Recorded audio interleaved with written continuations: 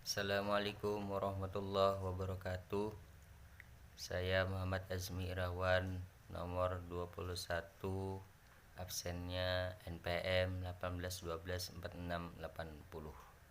Saya akan membacakan makalah pemikiran ulama Banjar bidang fikih yang judulnya Pemikiran Bidang Fikih Guru Muhammad Bakhit Barabai.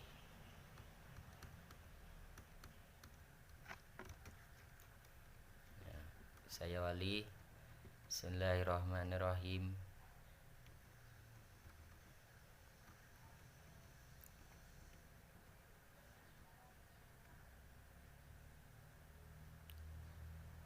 Tuan Guru Haji Muhammad Bakhit atau bisa dipanggil Guru Bakhit dilahirkan pada 1 Januari 1966 Masehi di desa Telaga Air Mata, Kampung Arab, Kabupaten Hulu Sungai Tengah.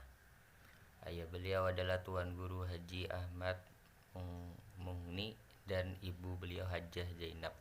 Adapun silsilah ayah beliau adalah Tuan Guru Haji Ahmad Mugni bin Tuan Guru Haji Ismail bin Tuan Guru Haji Muhammad Thohir bin Khalifah Haji Saihabuddin bin Maulana Syekh Muhammad Arsyad Al-Banjari di dalam pagar.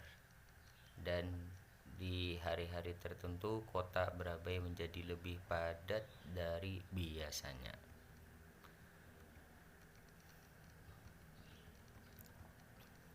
Terus rumusan masalah apa saja aktivitas dakwah Majelis Taklim Nurul Muhibbin dalam membina keberagamaan di desa Mempari, Kecamatan Batu Mandi, Kabupaten Balangan. 2. Apa saja faktor penunjang dan penghambat aktivitas dakwah Majelis Taklim Nurul Muhibbin dalam membina keberagamaan di desa Mempari, Kecamatan Batu Mandi, Kabupaten Balangan. Tujuan masalah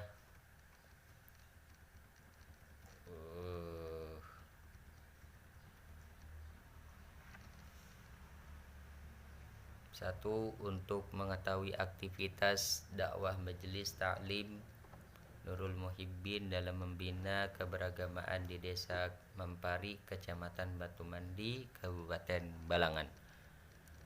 Untuk mengetahui faktor menunjang dan menghambat aktivitas dakwah Majelis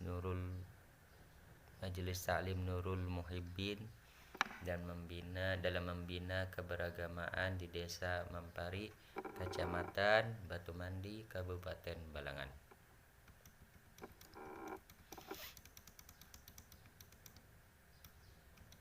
Bab kedua, pembahasan A. Pengertian peta pemikiran dalam fikih. Guru Bakhit muda belajar fikih kepada Tuan Guru Haji Abdul Wahab, Kampung Kodli, Barabai.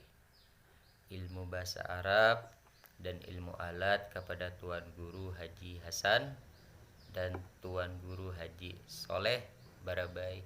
Juga belajar ilmu falak pada Tuan Guru Haji Mahfuz Amin, pendiri pondok pesantren Ibnul Amin Pemangkih, yang menulis kitab Al-Falak Al-Mahlulah fi Mukhtasar Al-Manahiz Al-Hamidiyah.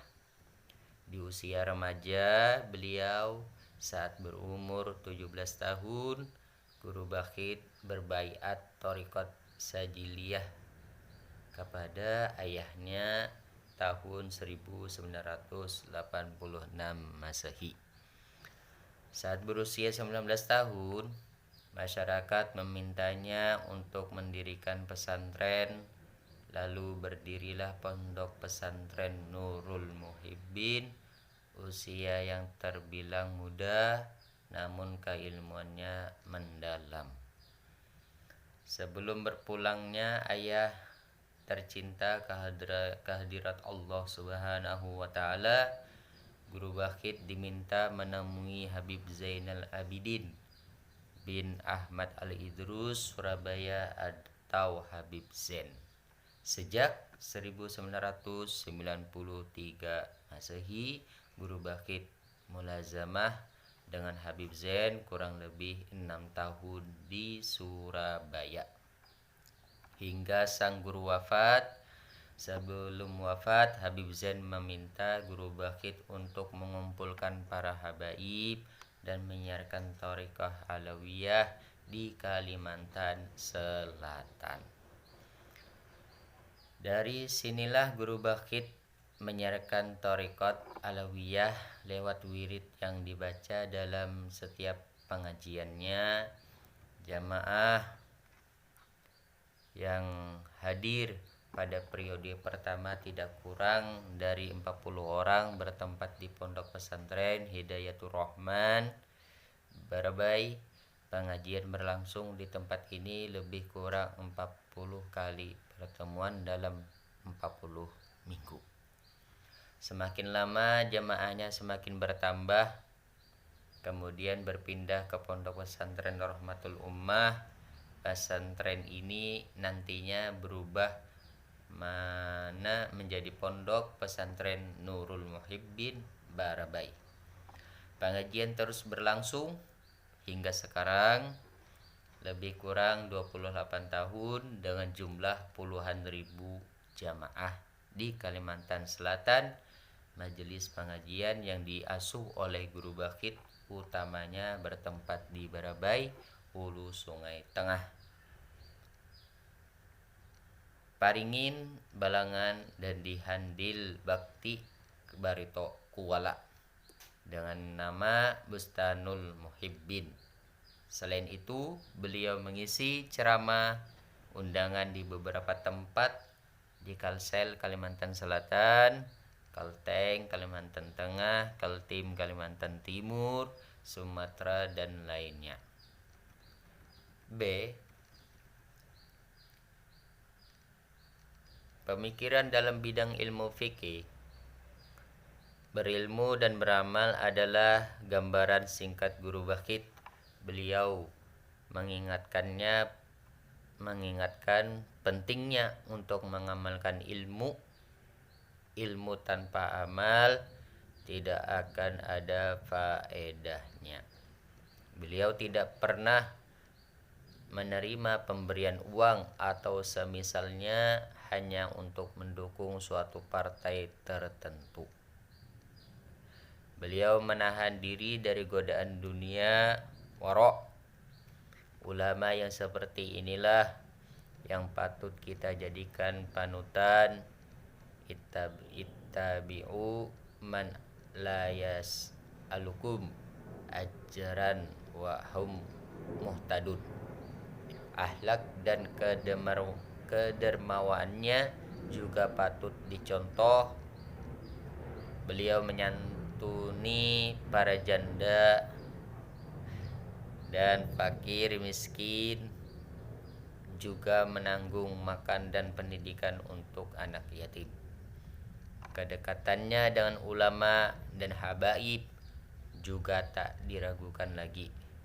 Beliau mengajarkan agar tawadu, sebab ilmu laksana air, dan air terkumpul di daratan yang rendah. Ilmu selalu mengalir dan terhimpun pada orang yang rendah hati. C. Perbandingan mazhab dalam ilmu fikih. Perbedaan mazhab tentang jual beli.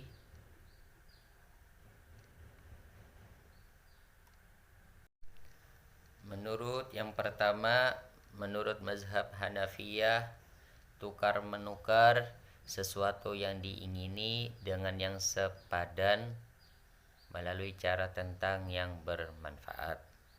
Yang kedua, menurut mazhab Hambaliyah, Jual beli adalah saling menukar harta dengan harta dalam bentuk pemindahan milik dan pemilikan. Menurut mazhab Maliki, jual beli atau bai memiliki dua pengertian. Yang pertama,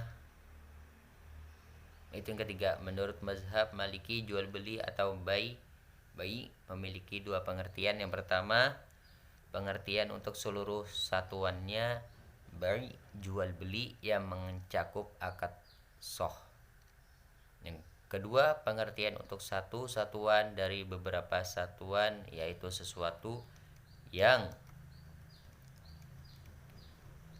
dipahami dari lafaz bai secara mutlak menurut huruf adat kebiasaan.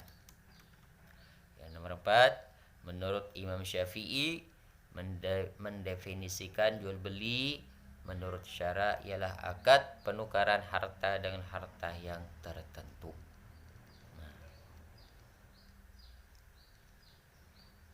Krisis spiritual mustahil terjadi dalam diri seseorang lantaran moral seseorang dengan dirinya melahirkan tindakan positif bagi kepribadiannya. Misalnya menjaga kesehatan jiwa dan raga, menjaga fitrah dan memenuhi kebutuhan-kebutuhan ruh dan jasmani. Manusia dalam pendekatan diri pada Tuhan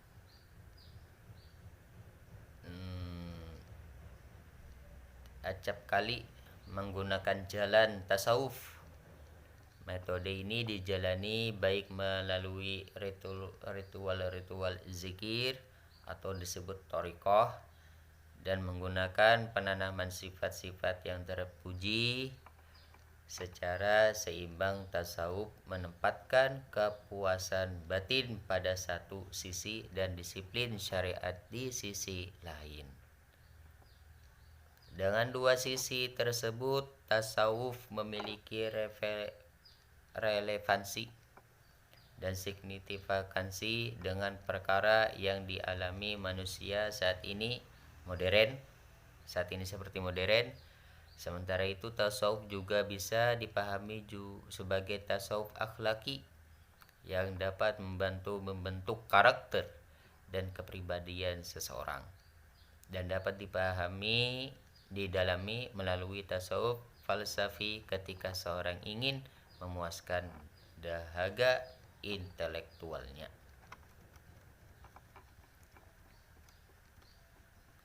Kesimpulan, jual beli dalam istilah fikih disebut dengan al-bai', yang berarti menjual, mengganti dan menukar sesuatu dengan sesuatu yang lain. Artinya jual beli adalah menukar benda dengan dua mata uang, emas dan perak dan semacamnya, atau tukar menukar barang dengan uang atau semacamnya menurut cara yang khusus. Daftar pustaka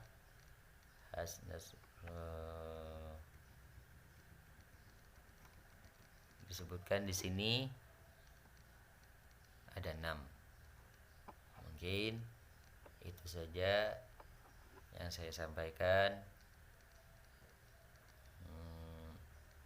Assalamualaikum. Dari saya Muhammad Azmi Irawan, nomor absen 21, NPM 1812 4680. Akhirul kalam. Assalamualaikum warahmatullahi wabarakatuh.